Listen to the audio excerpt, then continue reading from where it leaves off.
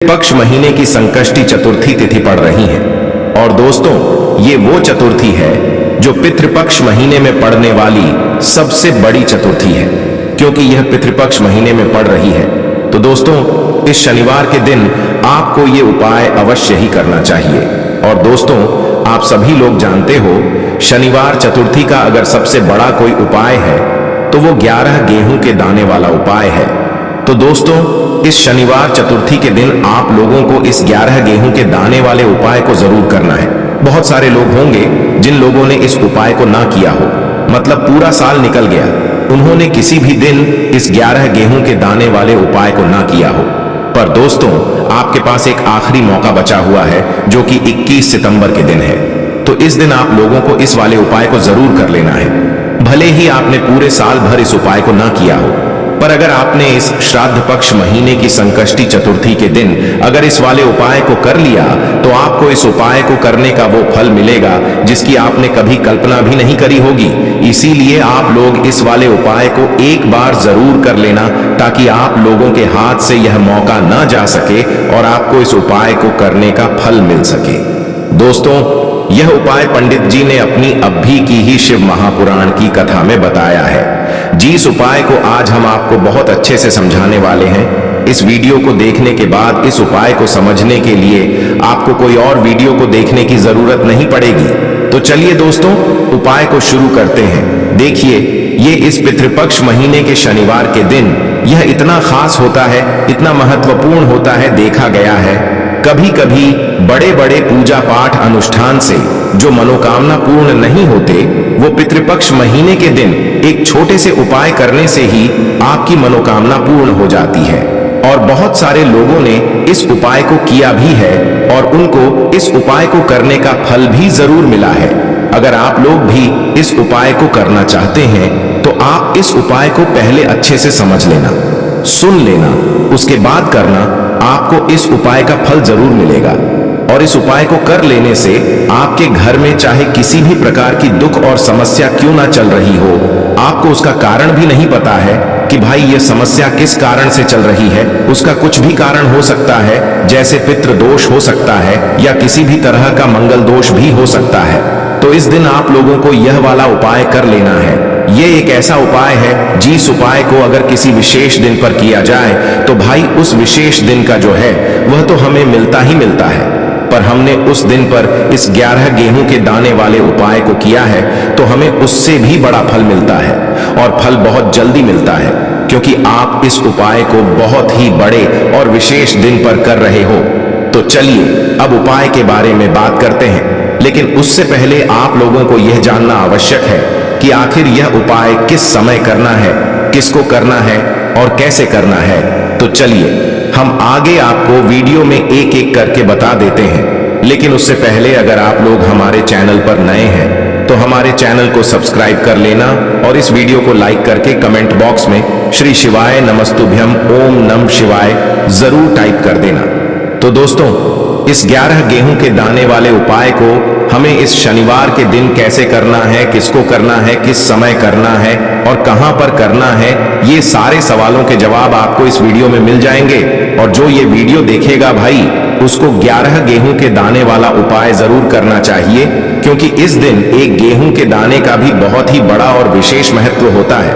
और जब बात आ जाए 11 गेहूं के दाने की, तो ये सोने पे सुहागा वाली बात हो जाती है और ये एक बहुत ही बड़ा उपाय हो जाता है इस शनिवार चतुर्थी का। तो अब दोस्तों, इस 11 गेहूं के दाने वाले उपाय को आखिर करना किसको है, सबसे पहले हम लोग वो बात जान लेते हैं। तो देखो, घर की जो बड़ी माताएं बहनें होती हैं, उन माताओं बहनों में से कोई भी एक बड़ी माता बहन इस वाले उपाय को कर सकती है। और दोस्तों, अगर आप चाहे तो अपने घर में से सभी सदस्यों को भी इस उपाय को करवा सकते हैं। अगर किसी व्यक्ति की खुद की कोई मनोकामना है, खुद की कोई दुख और परेशानी है जो कि वह अपने लिए ही करना चाहता है, इस वाले उपाय को तो वह खुद अपने लिए भी कर सकता है।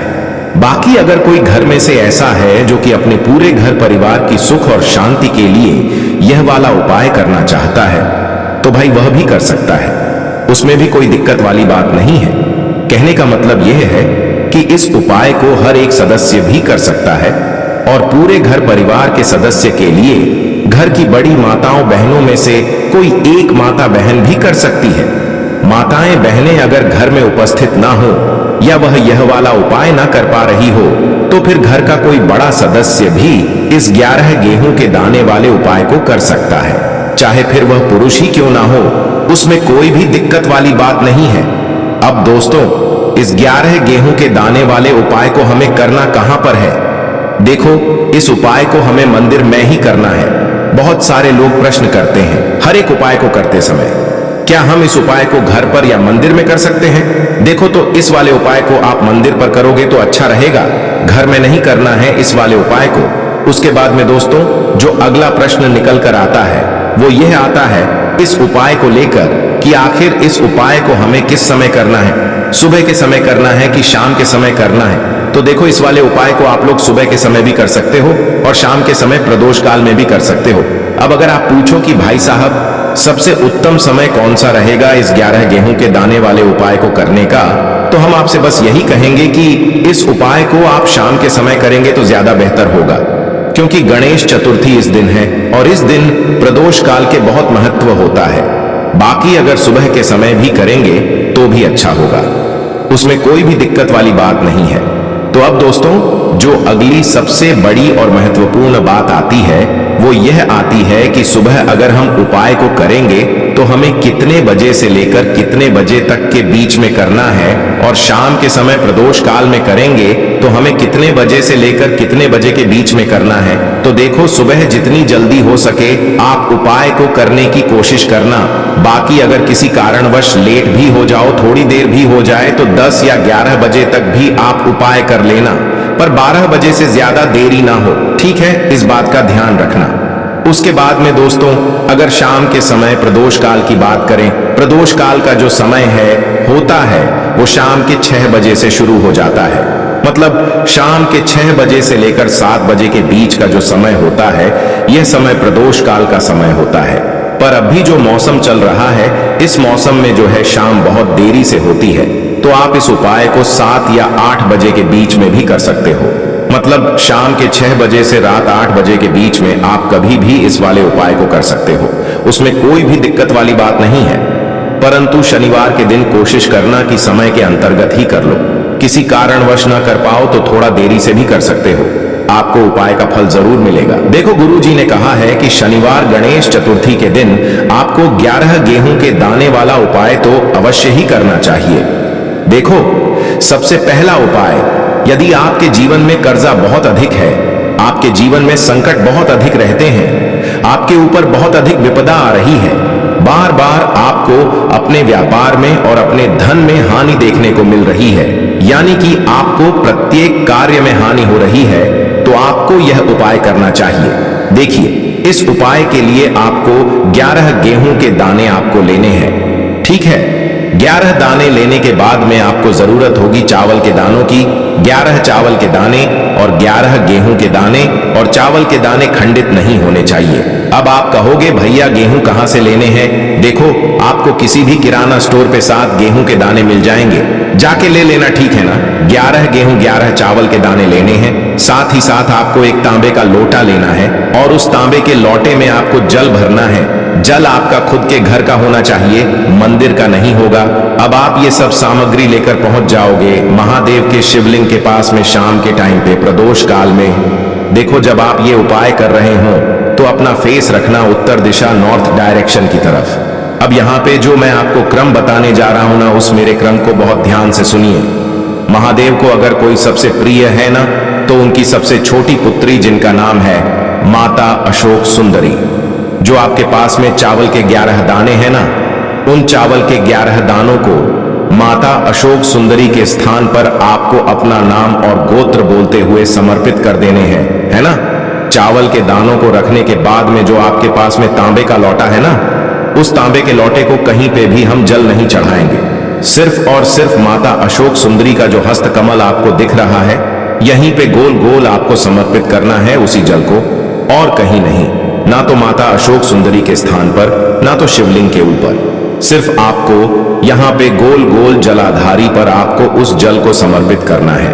अब आपके पास में बचे हुए हैं 11 गेहूं के दाने और बचे हैं उन्हीं 11 गेहूं के दाने को आपको अपनी मनोकामना अपने विशेष कहते हुए महादेव के शिवलिंग के ऊपर अगर आप गणेश चतुर्थी के दिन प्रदोष काल में कर देते हैं तो आपकी जो भी मनोकामनाएं होंगी, जो भी विश होंगी, महादेव पूरी जरूर करते हैं।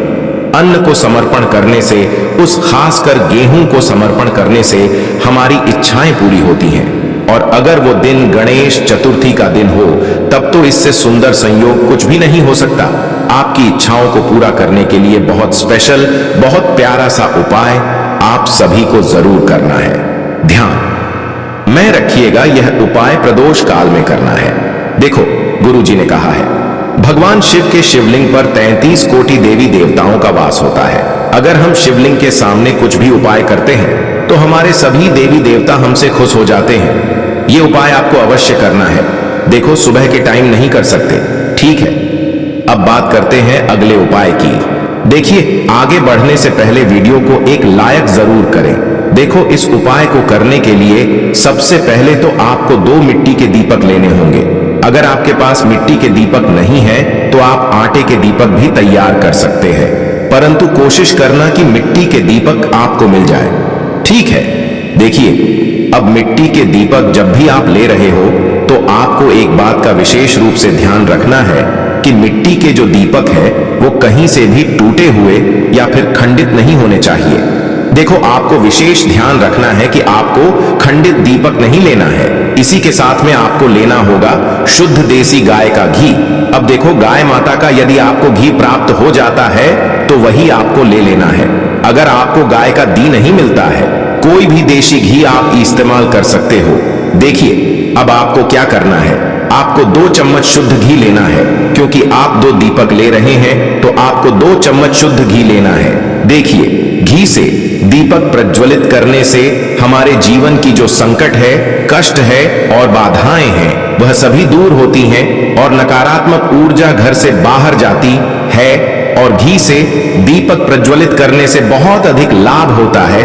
और इसी के साथ में आपको लेनी होगी गोल बाती। आपको मात्र 2 गोल बाती लेनी होगी। गोल बाती का दीपक प्रज्वलित करने से माता लक्ष्मी बहुत अधिक प्रसन्न होती है, जिससे आपके धन में वृद्धि होती है।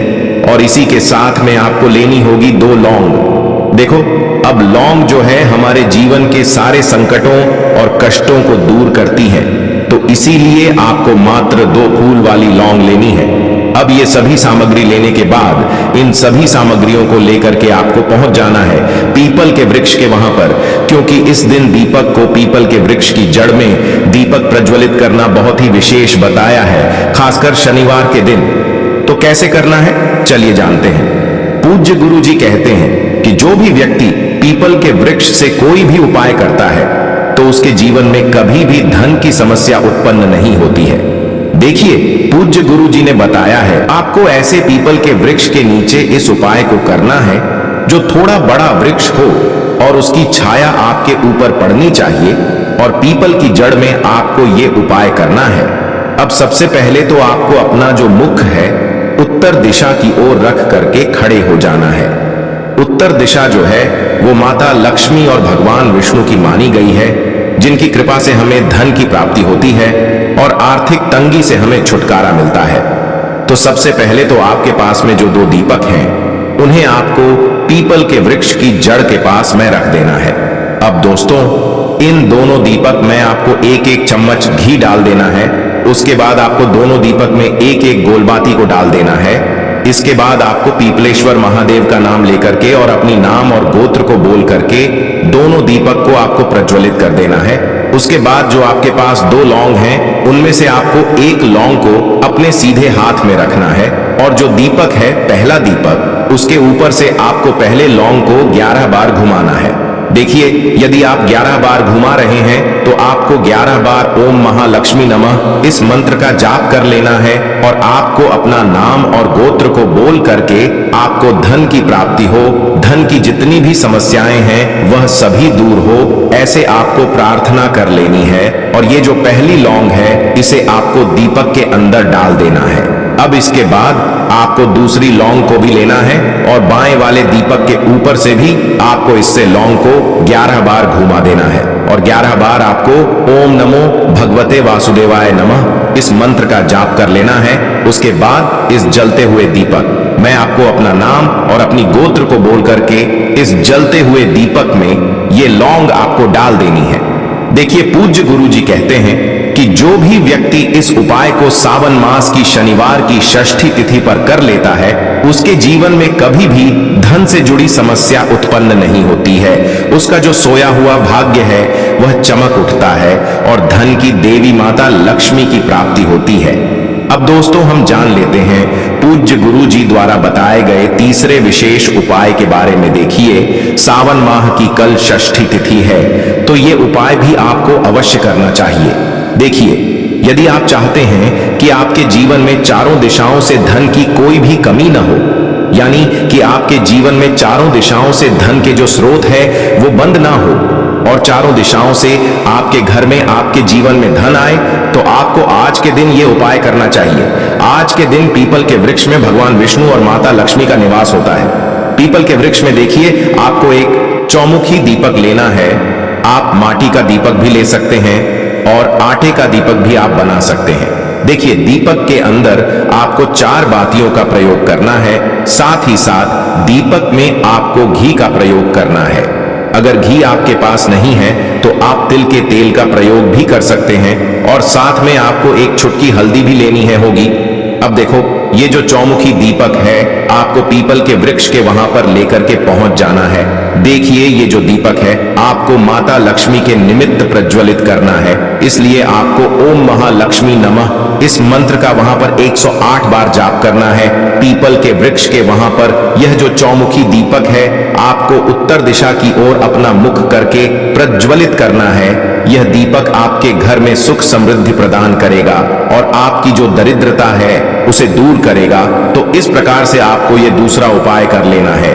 अब दोस्तों, हम सबसे अंत में जान लेते हैं चौथे चमत्कारी उपाय के बारे में। यह उपाय विशेषकर रोग मुक्ति के लिए होने वाला है। देखिए, इस उपाय के लिए आपको मात्र थोड़ा सा शहद ले लेना है और इसी शहद के साथ में आपको मात्र एक लोटा शुद्ध जल लेना है। तांबे के पात्र के अंदर अपने घर से अब सिर्फ ये दोनों सामग्री लेकर के सीधे आपको पहुंच जाना है भगवान शिव के मंदिर में। पूज्य गुरु जी ने बताया है कि शनिवार के दिन पर आप ये उपाय सुबह के समय भी कर सकते हैं और शाम के समय में भी कर सकते हैं। देखिए, सबसे पहले तो आप जो ये शहद लेकर के गए हैं, इस शहद से आपको माता अशोक सुंदरी वाले स्थान पर ओम का निर्माण कर देना है।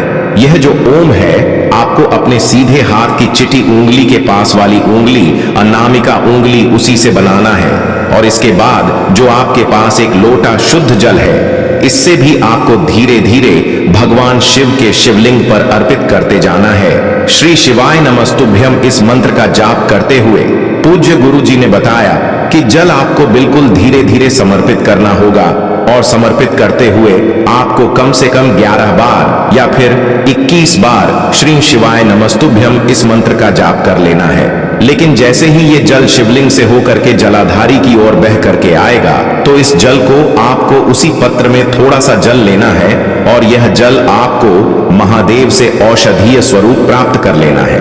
आपको महादेव से प्रार्थना कर लेनी है कि है महादेव, मैं इस जल को औषधीय स्वरूप अपने घर लेकर के जा रहा हूं। मेरे परिवार के सदस्यों के शरीर में बीमारी हो चुकी है, उस बीमारी को ठीक करने के लिए आप इस जल को औषधीय स्वरूप बना दीजिए। इस प्रकार से प्रार्थना करते हुए यह जल आपको अपने घर लेकर के आ जाना है। अब दोस्तों, इस जल का आपको उस व्यक्ति को आचमन करवाना है जो व्यक्ति बहुत अधिक